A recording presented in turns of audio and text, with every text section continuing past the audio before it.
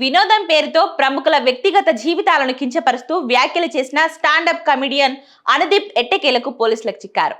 టాలీవుడ్ ప్రముఖులు, రాజకీయ నాయకులపై అసభ్యకర వ్యాఖ్యలు చేశారనే ఆరోపణలతో ఆంధ్రప్రదేశ్ పోలీసులు ఆయన్ని అరెస్ట్ చేశారు. పవన్ కళ్యాణ్, నిహారిక విడాకుల వ్యవహారాన్ని ఎగతాళి చేయడం, నందమూరి బాలకృష్ణ, నారా లోకేష్ లను కించపరిచేలా అనుదీప్ చేసిన అనుచిత వ్యాఖ్యల పట్ల తెలుగు రాష్ట్రాల్లో నిరసనలు వెలువెత్తడంతో ఆయన అజ్ఞాతంలోకి వెళ్లారు.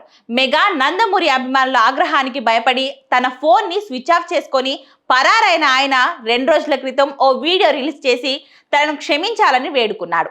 అయితే ఆయనపై అప్పటికే కేసు నమోదు కావడంతో ఏపీ పోలీసులు టెక్నాలజీ సహాయంతో ఉత్తరప్రదేశ్లోని ప్రయాగ్రాజ్లో ఉన్నట్లు గుర్తించారు. ఏప్రిల్ 14న అక్కడి ఉన్న ఒక పార్కులో తన తల్లిదండ్రుల వద్ద ఉన్న అనుదీప్ను కాకినాడ పోలీసులు అదుపులోకి తీసుకున్నారు. అనుదీప్ కటికల తన స్టాండప్ కామెడీ షోలలో భాగంగా the Tollywood road show video యూట్యూబ్లో విడుదలైన తర్వాత పెను దుమారం రేగింది. ఈ వీడియోలో ఆయన మెగా ఫ్యామిలీ టార్గెట్ చేస్తూ అత్యంత అసభ్యకరంగా మాట్లాడారు. ఈ వ్యాఖ్యలు సోషల్ మీడియాలో వైరల్ కావడంతో మెగా ఫ్యామిలీ అలాగే నందమూరి అభిమానులు, జనసేన కార్యకర్తలు తీవ్ర స్థాయిలో మండిపడ్డారు. హైదరాబాద్ లోని ఆయన షోలు జరిగే కామెడీ క్లబ్ల వద్ద ఆందోళనలు చేపట్టారు. పరిస్థితి విషమించడంతో అనుదీప్ ఇప్పటికే సోషల్ మీడియా వేదికగా బహిరంగ క్షమాపణలు చెప్పారు. కేవలం రోస్టింగ్ ఫార్మాట్ లో భాగంగానే ఈ వ్యాఖ్యలు చేశానని, ఎవరిని బాధ పెట్టడం తన ఉద్దేశం కాదని వివరణ ఇచ్చారు.